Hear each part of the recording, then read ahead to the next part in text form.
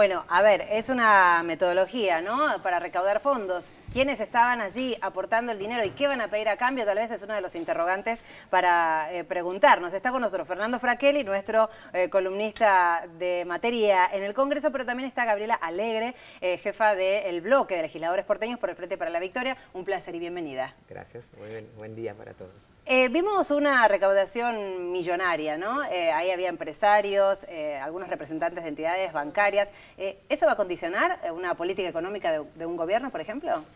Sí, por supuesto que sí. Macri no necesita mucho para que los empresarios condicionen su política económica porque los tiene acostumbrados a esto, más allá de las cenas que haga para recaudar fondos.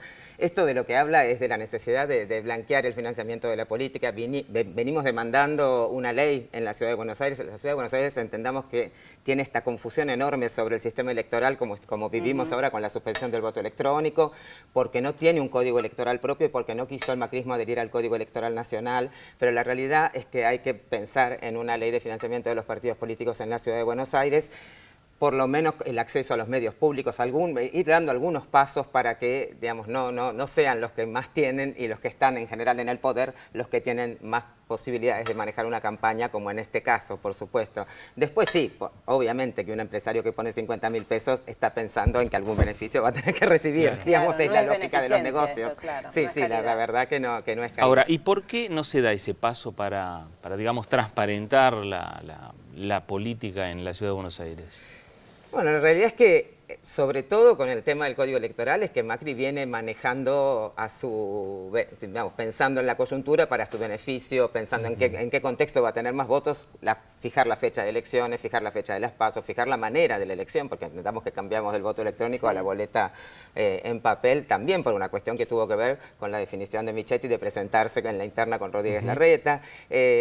Y bueno, y también porque bueno, la política tiene un viejo tema con esto y bueno, se realizan cenas. La realidad es que no es la primera ni la última que se realiza. De esto todos estamos acostumbrados y sabemos que se hacen en marco de campañas electorales. Ahora lo que nunca habíamos visto era esta cantidad de dinero, porque evidentemente esta cantidad de dinero tiene que condicionarla. Es lo que a todos nos queda claro. También es cierto que ninguno quiso dar mucho la cara y no aparecieron figuras muy importantes por lo que no tengo se dieron entendido. esas grandes fotos, ¿no? Sí. Ahora, otro tema que involucra directamente a la ciudad tiene que ver con las pistolas Taser o Taser, que son esas pistolas que realizan una descarga eléctrica, 50.000 voltios en segundos nada más, y hay un pedido para cambiar la legislación de seguridad pública aquí en la capital. Es así, y además ustedes han hecho, desde el Frente para la Victoria, han hecho una presentación y argumentaron ¿qué para prohibir esta utilización? Claro, nosotros entendemos, en principio, bueno, hubo una presentación judicial que se hizo en el 2010 por parte de Carlos Pisoni, hoy subsecretario de Derechos Humanos y organizaciones de derechos humanos que lo acompañaron.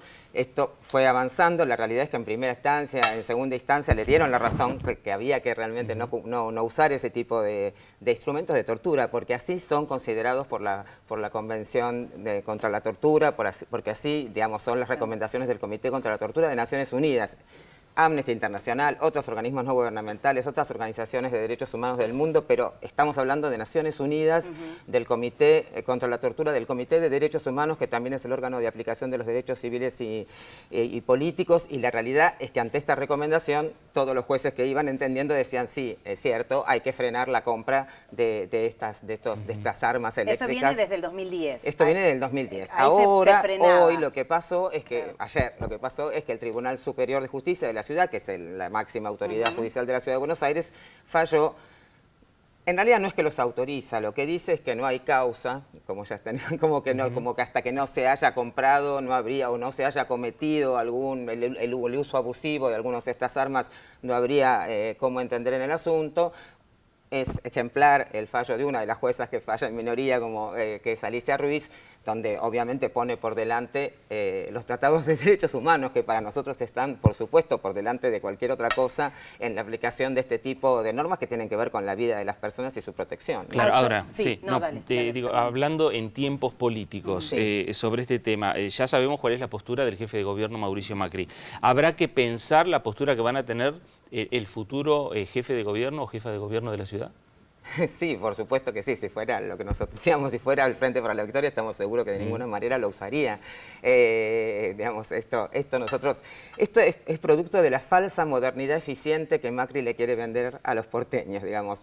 Macri implementa un sistema de inscripción online que fracasa, que deja 5.000, 7.000 chicos fuera de la escuela. Macri incrementa y vende que va a hacer un sistema de voto electrónico y va a traer la modernidad y después no es posible aplicarlo.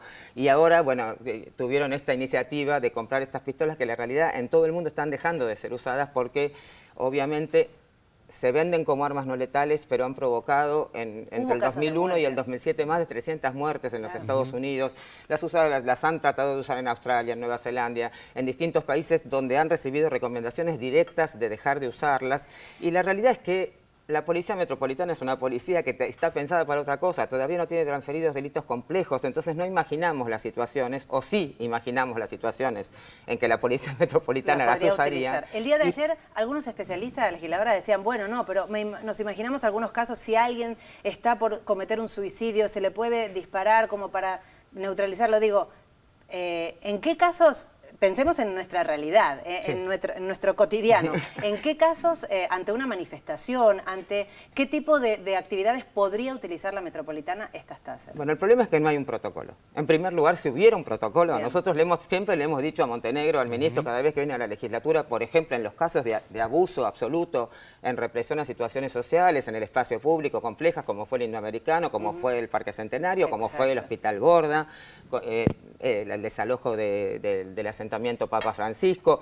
En todas esas situaciones la Policía Metropolitana hizo un uso abusivo de la fuerza, sin tenerlas, teniendo balas de goma, pero pensemos que si le incrustaron balas de goma al diputado Pietragala y al legislador Ferreira, Sí. imaginemos qué sería si hubieran tenido en el Borda estas taser para, digamos, que tómense el trabajo, le digo a todo el mundo, de mirar en YouTube, hay mucho video de cómo es, no es una pistola que te acerca y te tira un poco de electricidad.